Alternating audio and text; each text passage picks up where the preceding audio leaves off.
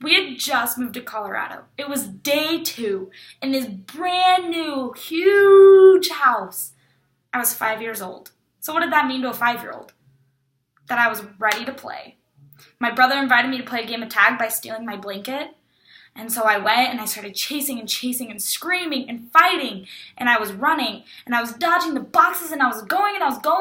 And my parents, they were yelling at me saying, "Stop, slow down, no running in the house."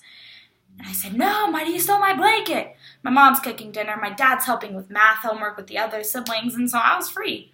I was free to just keep disobeying my parents. And so I kept running. And I finally spotted my brother and I see him jump. And I was like, oh no, because the box he had just jumped was twice my size.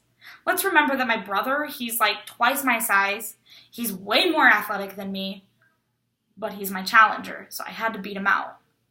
So obviously, naturally, I went and I ran and I jumped and I cleared the box.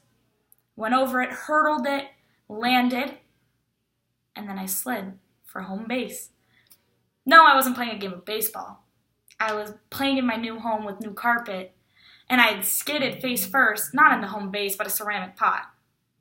So in this moment, the term scarred for life comes to my mind. I blacked out, and I woke up to my mother's tears falling on my face, and her screaming.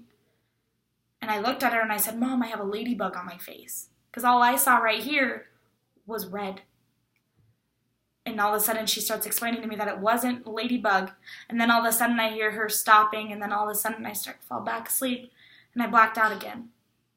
And the next moment I wake up, we're in the car with my dad trying to find out, after 2 days of living in a state, where a hospital might be.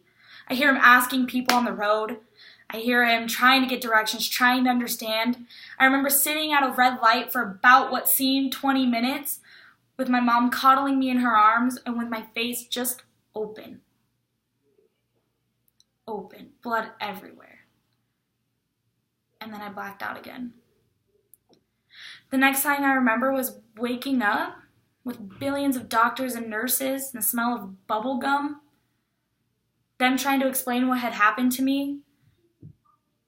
And then I woke up finally, and they showed me a mirror, showed me that I had stitches in my face. 108 stitches. And the Nike-shaped scar that my scar is, with my cut-open nose, I had to walk for 4 months with 108 stitches in my face.